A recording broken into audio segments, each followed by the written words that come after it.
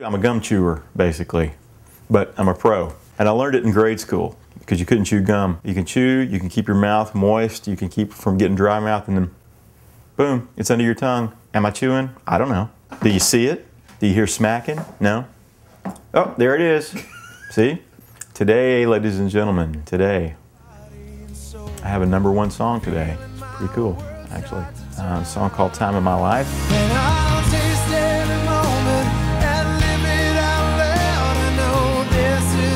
It's a contest winning song. After 31 years of writing songs, I entered a song contest. I think I'm going to make a career out of entering song contests. That's kind of what my life is anyway. It's all been one big song contest, you know. It's just to see who can. It's just that I'm in the running with all these other songwriters. And when I was about 9, I got interested in songwriting. One of my cousins sang Desperado. Something just rang a bell with me. That's what I wanted to do. And I wrote my first song really that month and performed it the night I wrote it, actually. My mom figured out the chords, and that began my songwriting passion. In about 7 years, I had 21 #1 songs, 200, 300, 400 songs recorded, and I was writing and producing for other people, and it was not a bad way to make a living.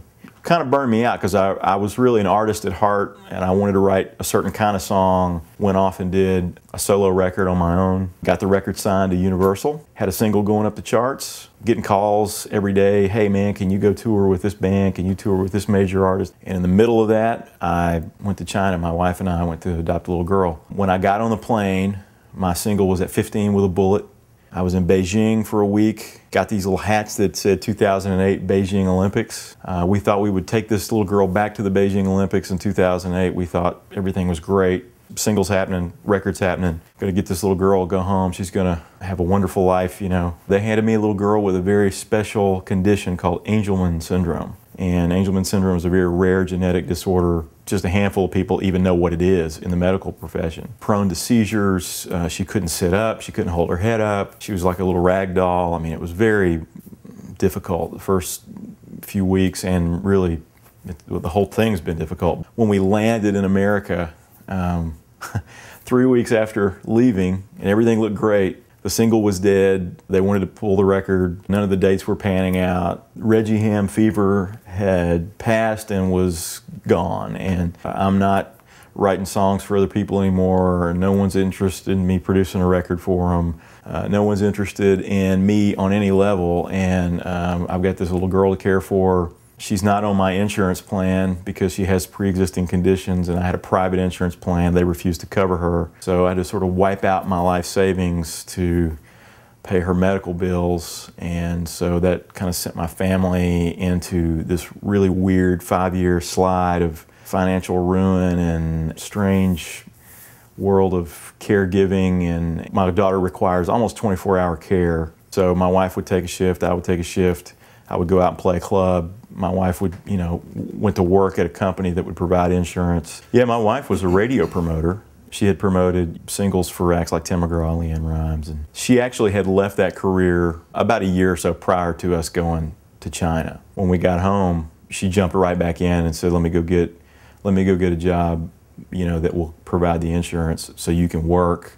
Which, I mean, you know, what a sacrifice. But I did. I basically became a house dad with my daughter, and I would get her up in the morning and get her breakfast, and I would sit her next to the piano and write songs. I would put her in the car and take her down to Music Row, and we would do song meetings, and I'd pitch songs with her. I'll never forget the day I took her into a song meeting. I was singing, and she started going, ah, singing along, and that's just awesome because she's nonverbal, she can't speak, but she was trying to sing with me. It was really sweet. I kept working, I kept trying, I kept doing everything I thought would be the thing that would break me through, and nothing worked. Nobody interested in me producing, nobody interested in me as an artist. Just a couple of supporters, a great manager who kind of stuck with me the whole time. Didn't make any money, just hung out. My wife and my kids and my manager, that was my team.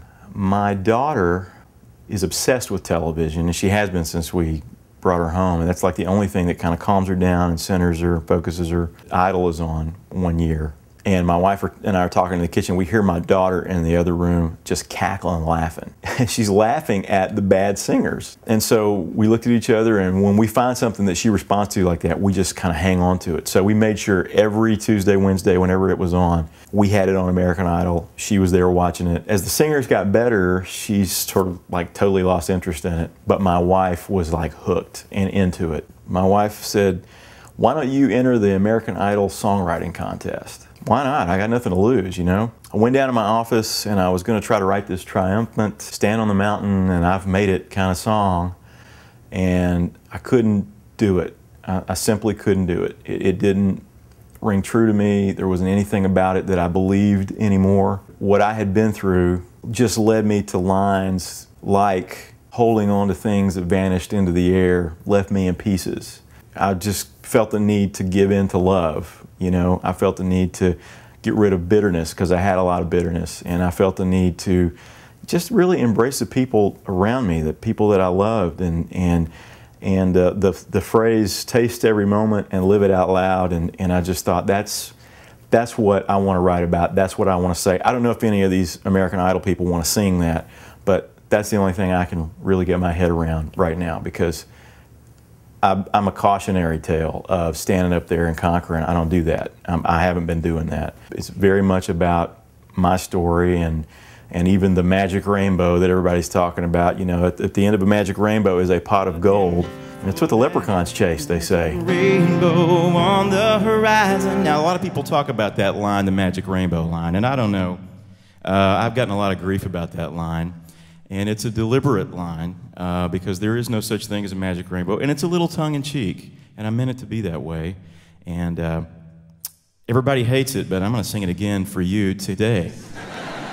Looking for that magic rainbow on the horizon, I couldn't see. I felt like I had been a leprechaun chasing a magic rainbow looking for a pot of gold, and it's not there. But what is there is the people around you, the people that love you, the people you love, the people that you're connected to. You know, I turned the song in, got an email from a guy and said, "I think you're in the top 20. So I was there with 19 other songs, and 2 months we just kind of hung out and waited, and I sort of forgot about it and went on about my business and was working on other things and interested in it, obviously, but you never think you're going to win something like that. And so I got a call that I actually won.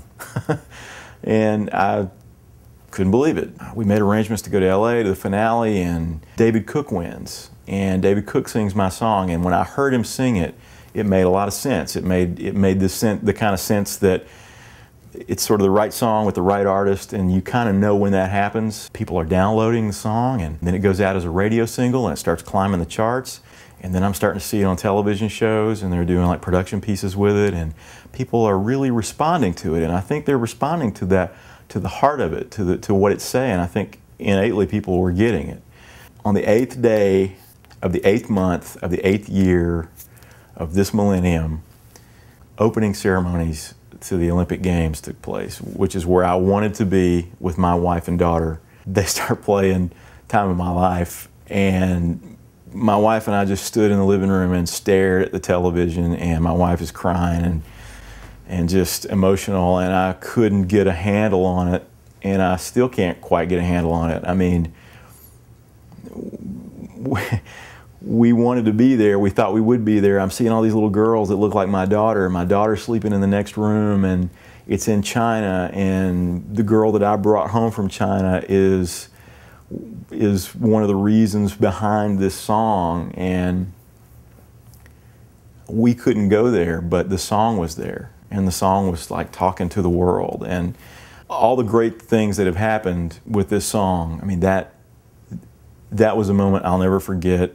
It's the kind of moment that maybe you get once in your life if you're lucky, and it's the kind of moment you don't even know what to do with when you do get it, you know. And that was amazing. It felt like God kind of pulling the curtain back a little bit and going, "Hey man, look what's back here. It's all okay. It's all going to be okay." It was just sort of a great completion to, you know, five hard years that spawned this song. Things are so good right now that I am scared I'm going to hit by a bus. So I'm really like worried because that's the nature of creative people. Anytime things are good, I'm really worried. So, but that's kind of the story in a nutshell. That's sort of the ABCs of the whole me and everything.